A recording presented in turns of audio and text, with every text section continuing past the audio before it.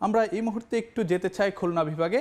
আমরা একটু জানবো খুলনার একটি আসনে আমরা যশোর জেলাতে যাওয়ার চেষ্টা করব এবং সেখানে আজকে যশোর জেলায় সেখানে ৬টি সংসদীয় আসন রয়েছে।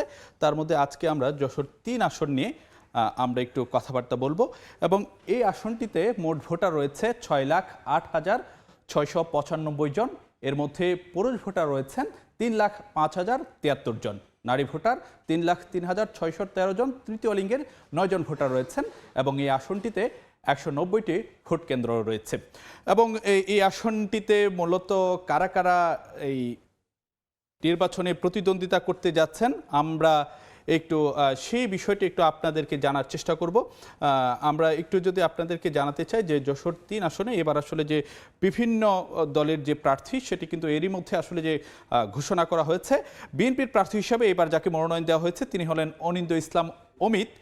তিনি ধানের শীষ প্রতীক নিয়ে নির্বাচন করবেন এবং তিনি কেন্দ্রীয় বিএনপির সাংগঠনিক সম্পাদক হিসেবে দায়িত্ব পালন করছেন এবং তার পিতাও কিন্তু সেখানে একজন গুরুত্বপূর্ণ নেতা ছিলেন, বিএনপির স্থায়ী কমিটির সদস্য এবং সাবেক মন্ত্রী তরিকুল ইসলাম।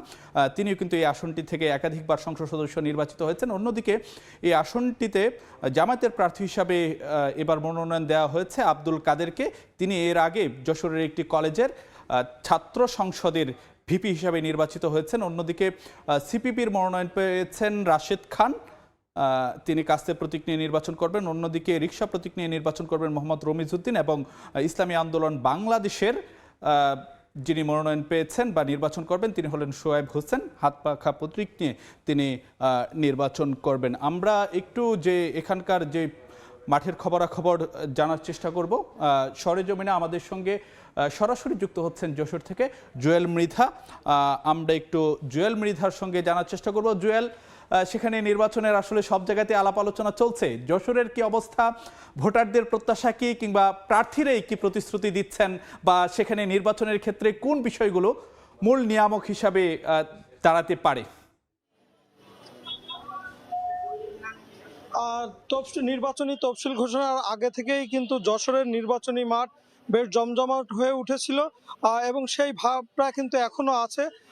এই যশোরে আমি আসি যে ৩ আসনে, এই ৩ আসনে বিএনপি, জামাতের বাইরে এনসিপি, গণ অধিকার পরিষদ, ইসলামী আন্দোলন বাংলাদেশ খিলাফত মজলিস, জাসদ, বাসদ এবং সিপিবি এর প্রার্থীরা কিন্তু নিয়মিত প্রচারণা চালিয়েছেন এবং তারা নির্বাচনের জন্য বেশ মুখিয়ে আছেন, অনেক প্রস্তুতি রয়েছে।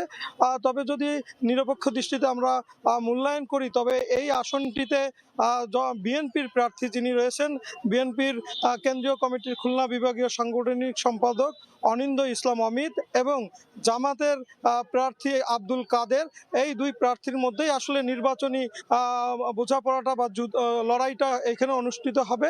এই দুইজন প্রার্থীকে ঘিরেই কিন্তু ভোটাররা তাদের ভোটের হিসাব নিকাশ করছেন। এখানে আমি যদি বলি যে বিএনপির প্রার্থী যিনি রয়েছেন অনিন্দ ইসলাম অমিত, তিনি ২০১৮ সালের নির্বাচনে প্রথম বিএনপি থেকে মনোনয়ন পেয়ে প্রার্থী হিসাবে প্রতিদ্বন্দ্বিতায় আসেন এবং সেই সময় কিন্তু আওয়ামী লীগের সাথে যে নির্বাচনে অংশ নিয়েছিলেন সে সময় প্রার্থী হিসাবে তিনি নানা রকম নির্যাতন এবং হয়রানির শিকার হন। তারপরেও কিন্তু দিনের শেষ পর্যন্ত তিনি নির্বাচনে অংশ নিয়েছিলেন এবং ওই সময় থেকে এখন পর্যন্ত তিনি জনমনে একটি আস্থার জায়গা তৈরি করতে পেরেছেন, দলীয় নেতাকর্মীদের মধ্যে আস্থার জায়গা তৈরি করতে পেরেছেন। যদিও তার পরিবারের একটি ব্যাকগ্রাউন্ড আছে, যে তার পারিবারিক একটি রাজনৈতিক পরিবার এবং এখানে যে জামাত আছে সেই প্রার্থী একেবারে তুলনামূলক নতুন, সেই অনুযায়ী এই দুই প্রার্থীর মধ্যেই মূলত লড়াইটা হবে। এই ছিল আমার কাছে সর্বশেষ।